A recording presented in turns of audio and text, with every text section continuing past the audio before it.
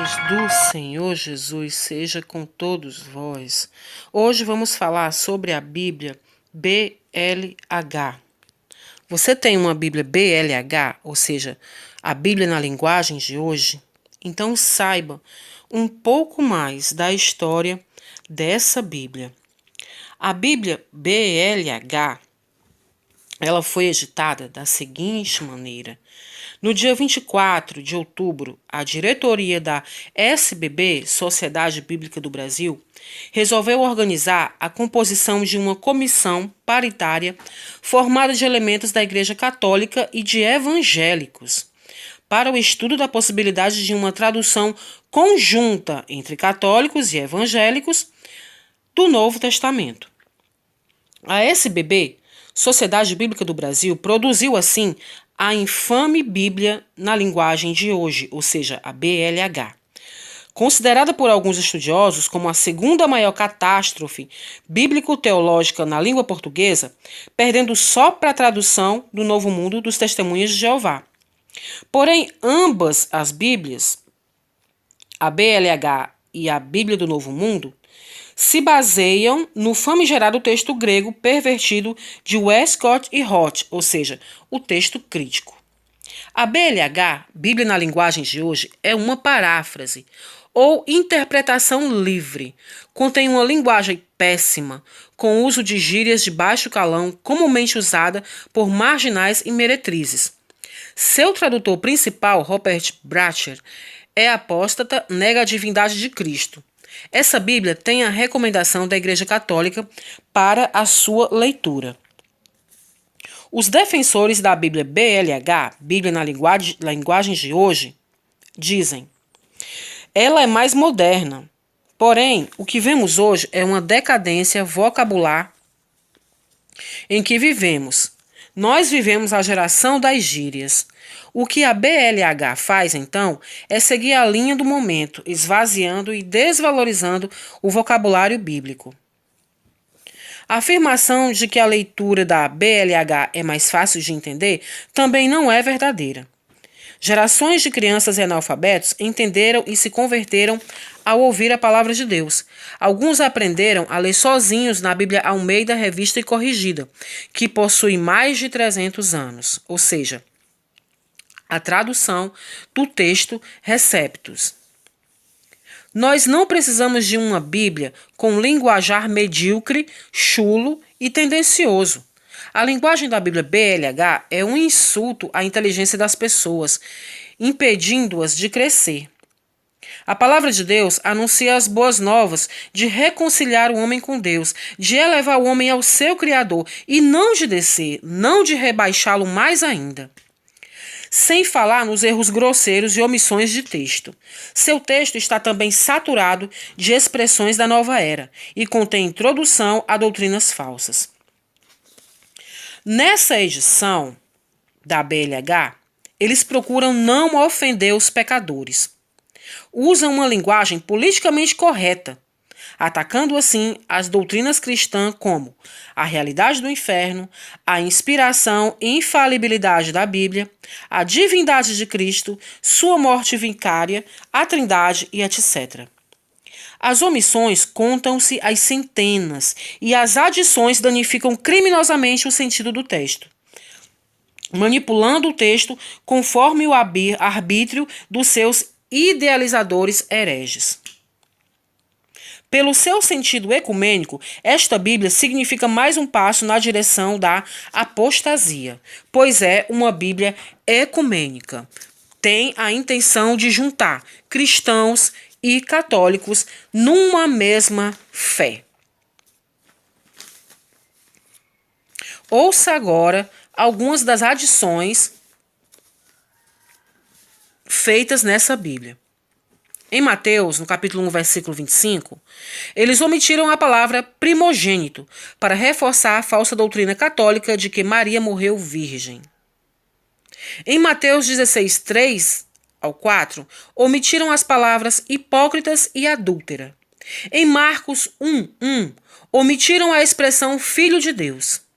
Em João 1,14 ao 18 e 3,16 ao 18, substituíram criminosamente a palavra unigênito por único. Em Romanos 1,29, omitiram a expressão irreconciliáveis. Em 1 Timóteo 3,16, trocaram a expressão Deus se manifestou em carne por Ele apareceu como ser humano. Em Tito 2,7, omitiram a expressão na doutrina mostra incorrupção. Em Tiago 4,4, trocaram as palavras adúlteros e adúlteras por gente infiel. Em Apocalipse 1,11, suprimiram o eu sou o alfa e o ômega, o primeiro e o derradeiro. Será que o ecumenismo é abominação aos olhos do Senhor? Será que é correto nós termos como Bíblia uma edição que tem como objetivo nos unir aos católicos? Será que a Igreja de Cristo pode viver em meio ao mundo absorvendo seus costumes e práticas sem se manchar ou contaminar? Vamos ver o que diz a Bíblia. Em 1 Pedro 1, 18 e 19, diz: sabendo que não foi com coisas corruptíveis, como prata ou ouro, que fostes resgatados da vossa vã maneira de viver, que por tradição recebestes de vossos pais, mas com o precioso sangue de Cristo. Em Romanos 5,9 diz: fomos justificados pelo sangue de Cristo. Em Romanos 1,1, Paulo diz que foi separado para o evangelho de Deus. Separado de onde? Separado do mundo e das demais práticas religiosas. Em Hebreus 7,26 diz que Jesus é santo, inocente, imaculado, separado dos pecadores e mais sublime que os céus. Isso quer dizer que nós também devemos ser, porque devemos imitar o nosso mestre, ser santo, inocente, imaculado e separados dos pecadores. A Bíblia diz: sede santos como eu sou santo. A guerra nesta terra é dos ímpios tentando corromper os santos e dos santos tentando converter os ímpios. Ou seja, há dois lados da moeda: há os separados e os não separados. Em Apocalipse 1,5 diz que Jesus nos ama e nos lavou dos nossos pecados. Em Apocalipse 5,9 diz: com o seu sangue, Jesus comprou homens de cada tribo, língua e nação, e os fez reis e sacerdotes, e estes tais reinarão sobre a terra. Em Apocalipse 18,4 diz: saí dela, povo meu, para que não sejais participantes dos seus pecados, e para que não incorras nas suas pragas. Em 2 Coríntios 6,17 diz: que comunhão tem a luz com as trevas? Que concórdia há entre Cristo e Belial? Que consenso tem o templo de Deus com os ídolos? Ora, nós somos o templo. Por mais adiante, Paulo diz: vós sois o templo do Deus vivente. E Deus disse: nele habitarei e entre eles andarei. Pelo que saí do meio dele e apartai-vos, diz o Senhor. Apartai-vos. Falando sobre o jugo desigual com os infiéis. Ora, nós fomos, então, redimidos, reconciliados, lavados, justificados, comprados, resgatados, separados do mundo pelo sangue de Cristo, para sermos santos. Há essa separação, há essa diferença. A Igreja de Jesus Cristo é um povo que na terra nunca houve igual, que Jesus veio morrer na cruz, derramar o seu sangue para comprar esse povo, um povo diferente de tudo que há na terra, para morar no céu. Como então nós podemos novamente voltar a nos misturar com todas as práticas das quais Deus já nos separou e continua dizendo: apartai-vos?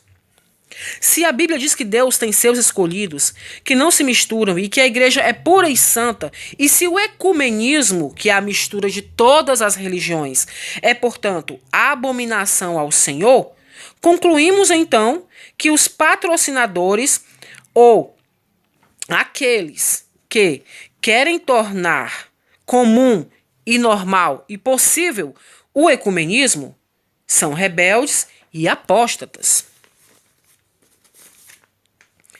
Paulo disse em 2 Coríntios 2,17: porque nós não somos como muitos falsificadores da palavra de Deus. Ora, é o que vem acontecendo em muitas traduções modernas da Bíblia Sagrada. Nós vemos que há adições e subtrações para conciliar os cristãos, enganar os cristãos para que eles voltem a se unir a religiões pagãs e à idolatria.